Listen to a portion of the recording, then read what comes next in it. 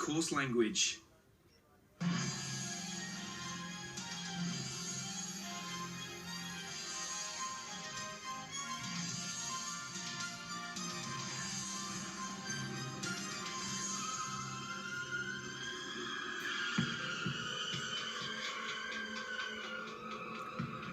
These were the last moments police had to stop a man about to commit mass murder. He deliberately drove at high speed through central Melbourne and ran over everyone he could.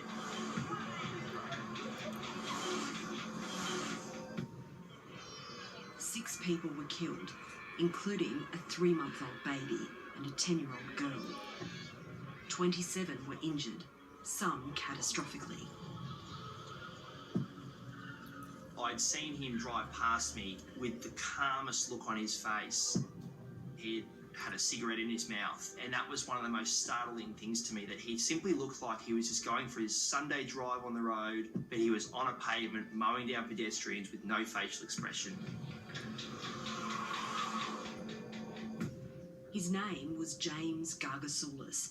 He was a man with an extensive criminal record and a history of drug abuse and mental instability.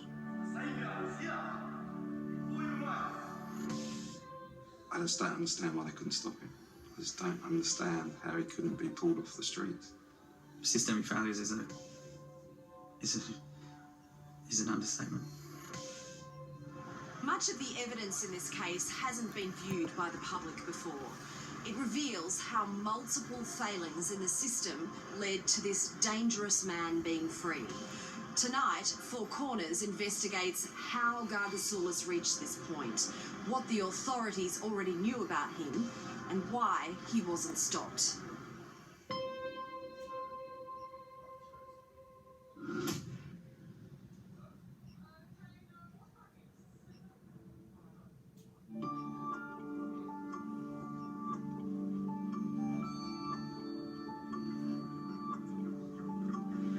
Melbourne's weather, rain easing with a top today of 21. It's currently 18 degrees. On the 20th of January 2017, Melbourne woke up after a summer storm.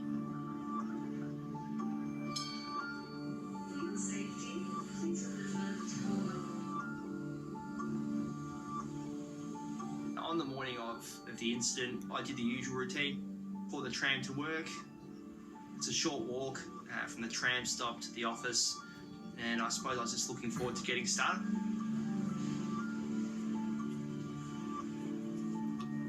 Roger Federer against Thomas Berdych tonight on Rod Laver Arena. It should be an absolute cracker. My wife and I had gone to Melbourne for a few days. I had some work meetings, and also we were going to go to a session or two at the Australian Open. And she said, look, we'll walk down to Bourke Street and we'll find somewhere to eat and we'll do a little bit of shopping. And that's how, it was just a totally random occurrence of how we ended up where we were.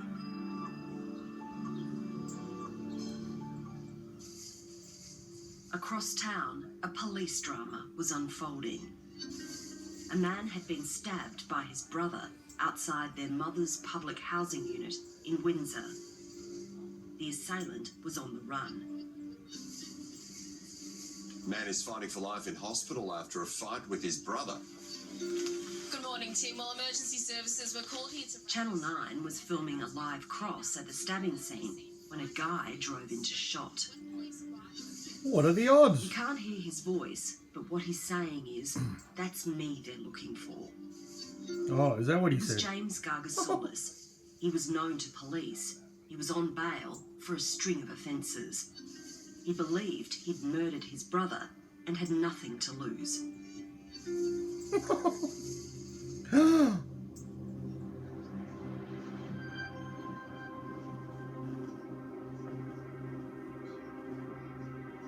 The criminal trajectory of James Gargasoulis started years before, 1,500 kilometres from Melbourne, in the dusty dugout town of Coober Pedy, where he and his younger brother Angelo were brought up by their single father.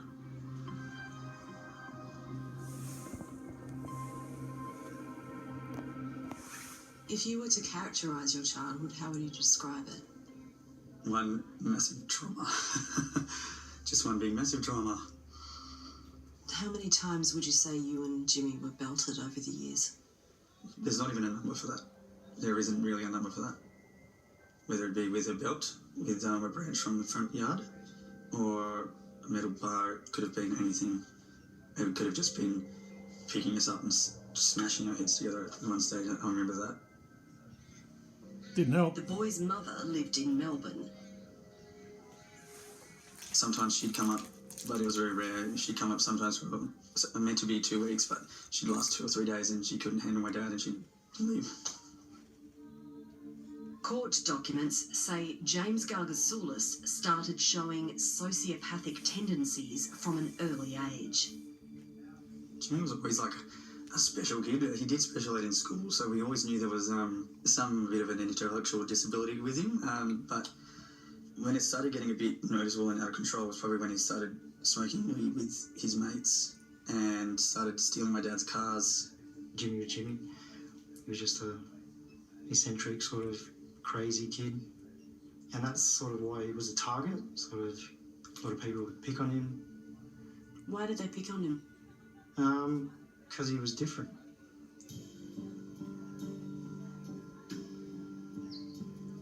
At age 14, Gargasoulis smuggled explosives to school to get back at the kids who'd been picking on him. I remember probably a week prior, he said something like, "I've had enough of this, and I'm gonna do something." And then probably a week later, I remember the school was shut down. We were at school and they're talking about a bomb being brought in, and it was Jimmy with a whole heap of detonators. Ever since that incident, people, always knew him as a little crazy. Over the years, Gargasoulis posted a bizarre series of videos on his YouTube channel.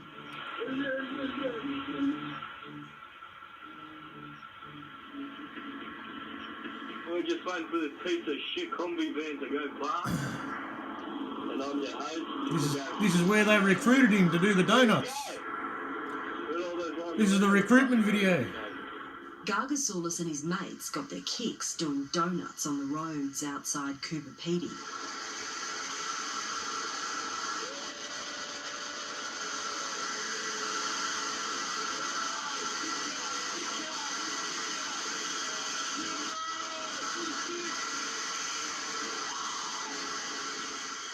He was never aggressive to any of his friends.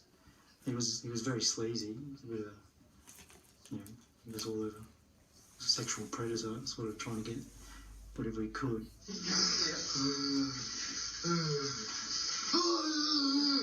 Angelo describes his brother as cooked on ice and capable of extreme violence, especially towards women. They were the most turbulent things I've ever seen. If you want to call them relationships, then it's ruined relationships for me forever. I've seen him drop a woman to the floor, drag her by her hair, kick her and punch her in the middle of the street, knock a woman unconscious completely.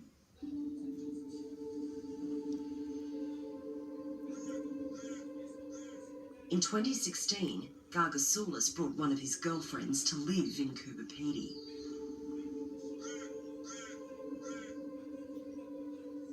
She was a nice person, bubbly personality. She was quite nice. I mean, it confounded me why she would be with someone like him.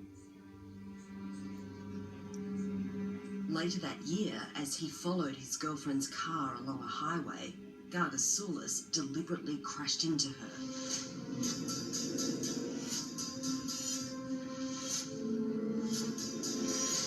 Ooh, scary music. I take this phone call and my brother's on the phone panting, saying in a very, very, very broken voice, like, "Angelo," and I'm like, "Yeah, Jimmy," and he's like, "I think I just killed." Anyway, I'm not going to say name, but I think I just killed your friend. And I was like, "What do you mean?" And he's like, I thought that she was cheating on me, so I T-boned her and her car rolled, and I'm standing next to her right now and I think she's dead. And at this very moment I can hear whoops from her in the background, and I said, "Get the F off the phone now and call the ambulance, Jimmy. Are you serious?"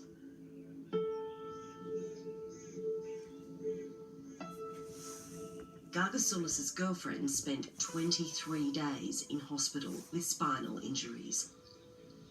His behaviour would only worsen. What did Jimmy Gargasoulis do for a living? He was a drug dealer, as far as I know. Anything else, I'm not really sure. And what did he deal? He dealt in marijuana, ice, as far as I know, anything. Get the story right, mate. Cooper PD local John Boyd Jelsic remembers a disturbing conversation with Gargasoulis. We were just, driving around, and he asked me, he's like, would you ever kill someone, if you needed to, like, say, over money or drugs or love or whatnot? And what did you say? I said no. Why would you even ask me that? He said he'd have no problem. Yeah, that's right. He wouldn't have a problem. Nearly forgot the script. Harming someone, even fatally so, if it needed to happen. Where's the director? Gargasoulis moved to Melbourne in late 2016, 3 months before the Bourke Street carnage. His criminal record now ran for 20 pages. It included driving while disqualified, reckless conduct causing injury, a fray, assaulting police, resisting police, and escaping custody.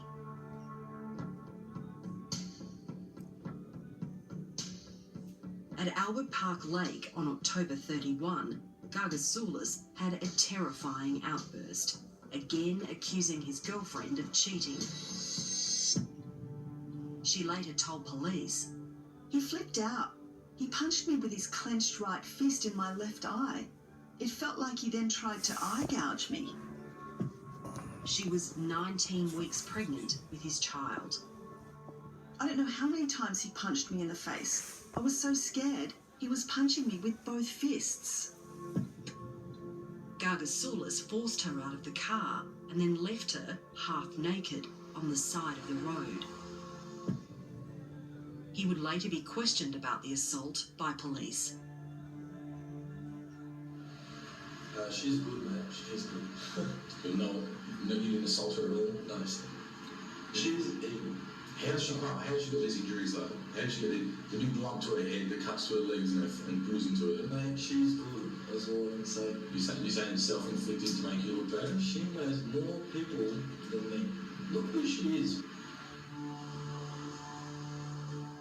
No one was safe from James Gargasoulis. 3 weeks after the assault of his girlfriend, he kidnapped his brother's friend. I called my brother. I said, what are you doing? And he goes, "Your friend's a dog. He's working with the government to fucking murder me, to get me locked up." Isn't it? I'm like, and I gave my friend in the background, "Your brother's a fucking psychopath." When Angelo confronted his brother, Gargasoulis hit him with a gun. He actually then whacked me in the face with it, and he went to go pull the trigger, and I just at that point I was like, oh, this is so messed up. After Gargasoulis threw a tyre iron, which smashed a taxi window, Angelo spoke to police at the scene. I'm like, you have to find this guy. He's fucking ruthless. Like, this is not just a matter of my safety or whoever he hates safety. It's gonna be, and it has been, random people. That's what you said to the officer. Yeah, I said that to the police officer. I was Random like, people. I said it's gonna be like, it's a concern for everybody. He's him, because I said he's got no regard whatsoever for the law, none at all. Police chased Gargasoulis that night, sirens blaring, but he sped off onto the wrong side of a major Melbourne road, forcing the police to give up the pursuit. Yeah, they gave up.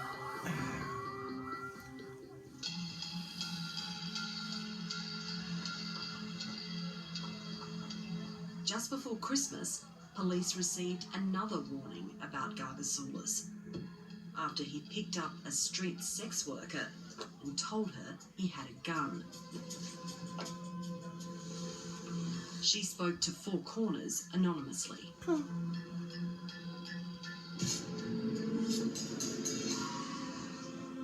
He was driving very erratically, almost hit a car, almost hit a tree as he swung into a side street.